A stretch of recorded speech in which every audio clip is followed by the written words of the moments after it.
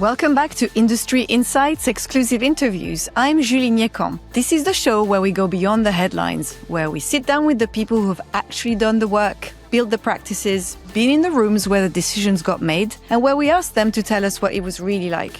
Not the version for the press release, the real one. This episode is for informational purposes only and should not be treated as investments, legal, tax, or financial advice. Nothing in this discussion should be understood as a recommendation to buy, sell, or hold any security or pursue any particular investment strategy. Listeners should rely on their own judgment and consult their own advisors before making investment or business decisions. Now, today is a little different. Usually we bring you an outside guest. This time, both people at the table are ours. Seth Brumby, Deputy Managing Editor here at Octus, sits down with Anton Gorbunov, Senior Credit Analyst on our credit research team. And the reason is simple. The story they're telling is one our team has been covering deal by deal as it exploded. That story is AI data centers. And the numbers are hard to believe. More than $107 billion of high yield and unrated debt raised in about a year and a half. Single contracts worth $20 billion or more. A market that could reach $1.5 trillion, roughly the size of the entire US high yield market. Anton and his colleagues just pulled all of that coverage into one definitive report. In this conversation, he and Seth walk through who these companies actually are, from former crypto miners to an Airbnb for chips, how the debt gets structured, and why the stock market and the bond market are looking at the same companies and seeing two completely different movies. Here is Seth Brumby with Anton Gorbunov. Every day there's a new headline about AI and how it's going to reshape something. Software, power, work itself. And honestly, the jury's still out on most of it, in my opinion. But there's one place where this is already real, already happening, and already measurable. And that's the credit market. Look at the numbers. In about a year and a half, high-yield and unrated AI infrastructure companies have raised more than $107 billion of debt. Companies most of us had never heard of 2 years ago are signing contracts for data centers worth billions. And the biggest players may need another $400 billion plus over the next 4 years just to hit targets they've already put out there. And that's just for the high yield and unrated space. The last time I watched a speculative asset class grow this big, this fast, it was in private credit. And if there's one thing that market taught us, it's that when this much money moves this quickly, not all of it works out. So whether you invest in this stuff, compete with it, or just want to understand where hundreds of billions of dollars are quietly heading, this is the thing to be watching right now. And to help me make sense of it, I've got exactly the right person, Anton Gorbunov. He is a senior credit analyst here at Octus. He and a few of his colleagues on the credit research team have been tracking the space deal by deal as it has exploded. And they just pulled all of it into one report that basically maps the entire sector. Anton, welcome. Good to have you. Thanks. Happy to be here. All right. Before we get anywhere near the money, let's just start real simple. What is a data center? Like, if I drove past one, would I recognize it? You might recognize it, or you might think it's just a very big warehouse. They are pretty nondescript. I think the way to think about the AI infrastructure space is two big intermediate pieces. One is the data center itself, so the big concrete box that is connected to a power grid, connected to a fiber network. You may have cooling equipment inside, and it's basically set up to accommodate lots and lots and lots of GPU racks. In the industry, those are typically called a powered shell. And inside those powered shells are racks and racks of GPU servers, usually with GPUs produced by NVIDIA. And that's generally referred to as the compute equipment, and the companies that own those tend to be called neoclouds, which we'll get into a little bit later. But the reason to focus on these two pieces of the infrastructure value chain is because they are the most capital intensive ones. So just to plant a couple numbers out there, based on the work that we've done, the powered shell costs anywhere between $10 and $15 per watt of capacity to build. This industry is measured in wattage because power is so important to it. And the GPU racks inside, those cost anywhere between $25 and $35 to buy and install. Okay. And that's actually two separate companies. The company that owns the shell and then the company that owns the GPUs inside, or are they often the same? It depends. Okay. It depends on the setup. Okay. Well, considering how simple they are, it's pretty amazing. They take only about 18 months to build, from what I understand. They can ostensibly pop up overnight, but they are so capital intensive. I still remember one of the first times I heard about a data center was 10 years ago with the crypto miners. But more recently, this has stopped being really a tech headline for us, and now it's starting to actually be a credit headline for us. When did that moment happen for you, when you stopped looking at it as a tech story and more of a credit story? Well, I first heard about a company raising bank loans backed by GPUs in 2023. The company was CoreWeave. I didn't get a chance to look at that deal, but it was somewhere in the back of my mind. And then the first time I actually had to dig into a credit was last year when CoreWeave brought its inaugural high-yield bond to the market. That's a great segue, because I want to know how big this industry really is. You and the team actually went out and put a number on it. What did you find? Let's start at the high level before we get into what we found. Last year, Morgan Stanley put out a report that was pretty well circulated, and I think is still looked at as one of the benchmarks for overall size of the AI infrastructure market. And they estimated that building out the data centers and the compute equipment inside of them would cost somewhere in the neighborhood of $3 trillion with a T dollars between 2025 and 2028. And they thought that half of that would need to be financed externally. If you look at reports that have come out since then, I think that number keeps going up and up and up. I think it's going to prove to be too low in hindsight. Now, most of that money is being spent by investment-grade hyperscalers. These are guys like Microsoft, Amazon, Google, big tech companies with pretty good balance sheets that can basically fund this on their own, but it is starting to trickle into our market of high yield and generally below investment grade issuers. So we went out and we looked at everything that has hit our market that we could trace, and we estimate that between, let's call it early last year and May of this year, these companies issued over $100 billion of committed and funded debt. And it's split between neoclouds, which are the guys that own the compute capacity, and the data centers, which are the guys that own the box. Okay. If we look at what's in store for us, if you take those numbers that I cited earlier, about $12 per watt for the powered shell and $25 per watt for the compute infrastructure, and you just look at the publicly communicated capacity targets that just the top 7 companies have put out there, they would need to raise somewhere between $400 and $450 billion to hit them, at least, over the next 3 to 4 years. So over the past year and a half, we've had $100 billion, over $100 billion in new high yield and unrated debt. Your projections are we're going to have another $400 to $450 billion over the next 4 years. I mean, that's an amazing size, and it looks like it can get up to almost $1.5 trillion. The last time an asset class grew this big and this fast was private credit. I'm not predicting the same kind of trajectory for this market as we've seen in private credit this year. But when you issue this amount of debt, it's not always going to work out well. And just to put that $1.5 trillion perspective, that's roughly the size of the high yield bond market put all together across all sectors. It's also or the leveraged loan market. Or the leveraged loan market, yeah. So we're talking about just an industry is going to be the size of an entire asset class over the next 4 to 5 years. Okay, so let's get into maybe some of the players here. So all this money is flying around. Everybody can name Amazon and Google, as you pointed out. They are hyperscalers. Who are the names on the other side of these checks that we haven't heard of yet? A couple of basic definitions to start. There are companies that own the box, the powered shell. We haven't come up with a very catchy name for them. We tend to call them AI native data centers or just data center operators. Powered shell's pretty good too. Powered shell's pretty good, but then, it's asset versus company. So anyway, that's one category of independent, non-hyperscaler players that have emerged and are active in our markets. The other type is neoclouds, which are the guys that own the compute infrastructure. So, on the powered shell data center side, it's guys like Core Scientific, TeraWulf, Applied Digital, and on the neocloud side, CoreWeave is the one name we keep coming back to, but it also includes players like Nebius and Iron, as well as some private names that are a little bit less well-known, like Lambda Labs and FluidStack. Gotcha. And the backstories of these companies are pretty wild. Can you give us a cast of the characters, like an example for how they started? So there's a lot of former crypto miners in this universe. Crypto mining very often uses GPUs, so these guys were kind of in the right place at the right time when an even bigger demand driver for GPUs emerged, and a lot of them used that to pivot their business towards AI infrastructure. So CoreWeave famously started off as basically a side hustle for a bunch of guys that ran a natural natural gas hedge fund as their day job. And this was basically them mining Ethereum on the side. So they brought their own power. It started in a garage, literally, like the best tech stories do. You have a lot of the PowerShell owners started off as crypto miners as well. And then there's a hodgepodge about the characters there. Nebius is a collection of former foreign assets of Yandex, the Russian search engine. Fluidstack is an Airbnb for chips, is what they call themselves. And the list goes on. That's amazing, the evolution of search engines into modern day neoclouds.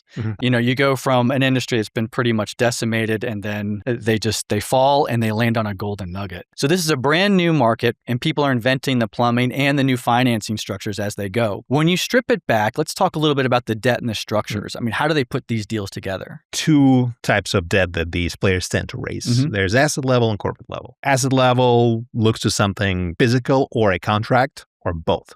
So this could be GPUs and a contract, or it could be a specific data center and a contract. And then corporate looks to what's left after the asset level debt takes its share, and it's straight corporate bonds and convertibles in the case of these players. So let's translate actually just maybe some of the parent level debt for people. Convertible bonds, for a normal listener, when a market wants convertible bond, lenders are basically saying they want the equity option in the event that the business plan really works out and the company gets a cheaper cost of capital. That's my market temperature read right now. We've certainly seen a lot of convertible bond issuance, which brings me to things like risk in these deals and risk in these companies. Some of this is not going to work out. So let's actually pressure test it a little bit. What's the stuff that genuinely worries you here, or at least makes you excited for the opportunities? I think there's one big macro type risk that I think everybody has to keep in mind when looking at the sector, and there's a bunch of micro ones. So on the macro side, when you think about any industry, you have multiple links within it, and at the end of the day, every one of those links has to have a sustainable business model.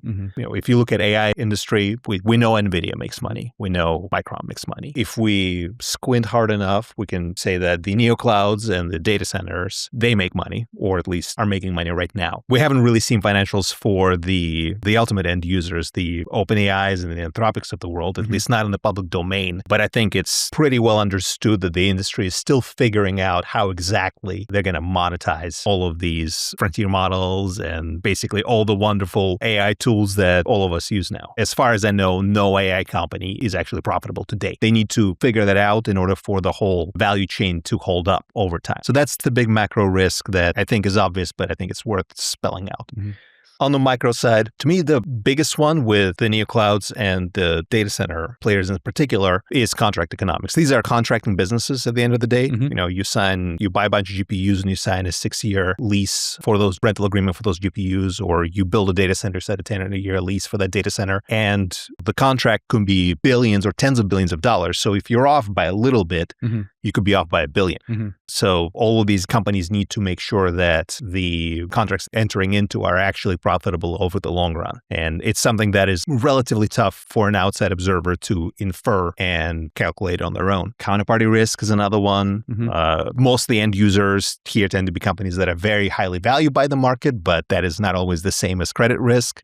There's a difference between Microsoft and OpenAI. There's a difference between CoreWeave and Amazon. That's obviously factoring into how the market is looking into this. And the last one I would flag that gets brought up by market participants from time to time is depreciation or residual risk. GPUs are finite life assets. They last, let's call it 5 to 7 years. And contracts that neoclouds sign to rent out those GPUs are typically 4 to 6 years. So you're basically pricing a GPU for the first 5 years of its life. And then you take it back and there's maybe 2 or 3 years left on it. And you have absolutely no idea what you're going to be able to rent it out when that time comes. That's pretty amazing. I mean, just tying it all together, you're raising billions of dollars of capital in the market right now to build warehouses that essentially host GPUs with the useful asset life of 4 to 6 years that are leased out for maybe 5 years. The limited useful life is pretty abstract here, but these are actually pretty short time frames. And say one of these neoclouds doesn't make it. What actually happens to the building? Is it just a warehouse full of chips sitting in the dark, or does somebody else walk in and take over the lease? That scenario is actually, it's not one that is front of mind for me. Okay. I think most of the leases that we've seen and we've heard of, and most of the compute MSAs, master service agreements. They're with relatively high quality counterparties. And Microsoft and Meta, the really big players on the other side.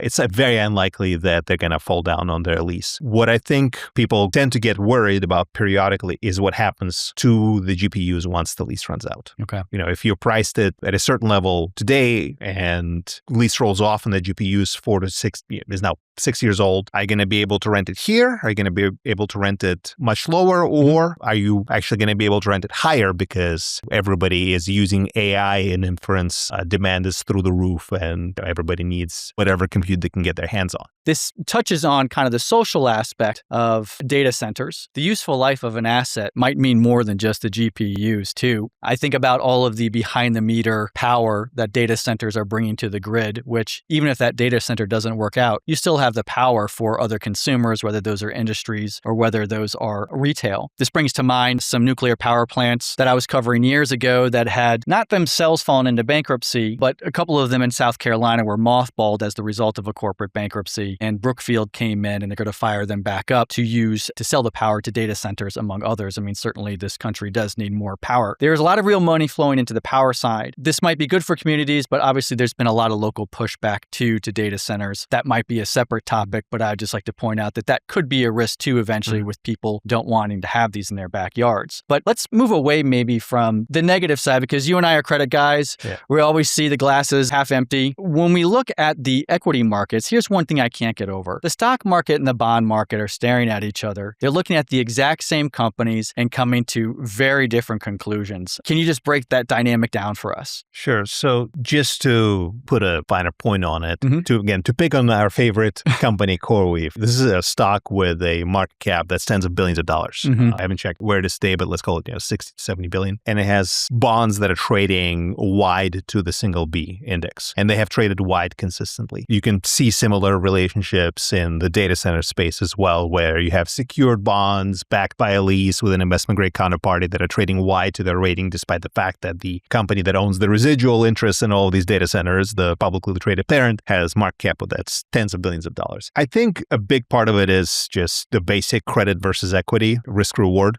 right? Nobody knows where this industry is going to go, and people guess, but we don't know. The range of outcomes is very wide. If you think of it as a bell curve, it's one that has very, very fat tails. And if you're an equity market participant, you're looking at both of those tails, and you directly benefit from the right tail. As a credit investor, you really don't care about what happens over here on the right. You care about the left tail, and you want to make sure that you're pricing that correctly. So I think, honestly, that's probably the biggest driver of it. So I have to ask, knowing that we see the equity markets have 60 billion in market cap for CoreWeave, which is a single B company, that to me just kind of feels like a bubble. What do you think? I think whether or not it's a bubble, I think only time will tell. I would actually look past CoreWeave. I would say if you look at valuations of every large tech stock that has a significant AI component to it, I think there's hundreds of billions of dollars of probably trillions of dollars of value that is assigned to the optionality of AI. When you look at a Microsoft or an Amazon or a Google, all of this stuff is priced pretty high. And again, I'm not smart enough to tell you that something's going to pop and valuations will decrease. But I will tell you that with every big market development, there will be winners, there will be losers. Even within the industry that is a winner, not everybody's going to get there first. Not everybody's going to do as well as what the market expects them to do. So security selection, credit selection within our market, I think is going to matter a lot. Anything else that you think people should be keeping an eye on? Well, I think the next big developments are probably going to be in equity land. We had SpaceX IPO last week. It's been a little wobbly since it got issued, but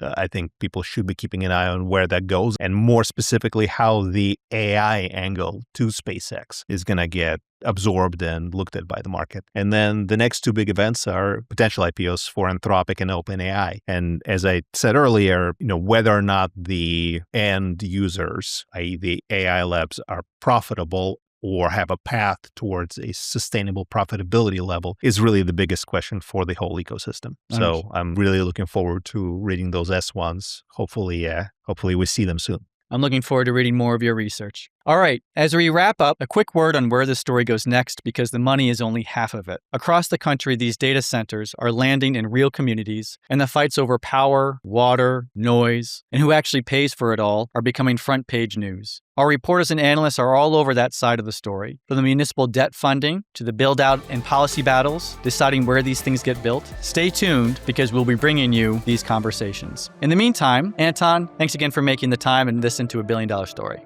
Thanks, Seth. Appreciate it. That was Anton Gorbunov in conversation with Seth Brumby, a brand new asset class growing faster than anything since private credit. And the honest answer running through the whole conversation is that nobody fully knows how it ends. Move one assumption, one contract pricing or GPU, and the answer flips. What Anton gave us is the framework to pressure test it yourself, which is worth more than any prediction. If this one landed for you, the full report, AI infrastructure from 0 to 100 billion and beyond, is ungated. The Octus team is covering this market every single day. Check the show notes to go deeper. Follow us on LinkedIn and on X to keep up with what we're working on. And if you have a guest you want to hear on the show or a topic we should be digging into, send us a note at podcast@octus.com. We read everything. A huge thank you to our producer, Tanya Hubbard, who makes this whole show possible. I'm Julie Niecom. Thank you for listening, and we'll see you next time.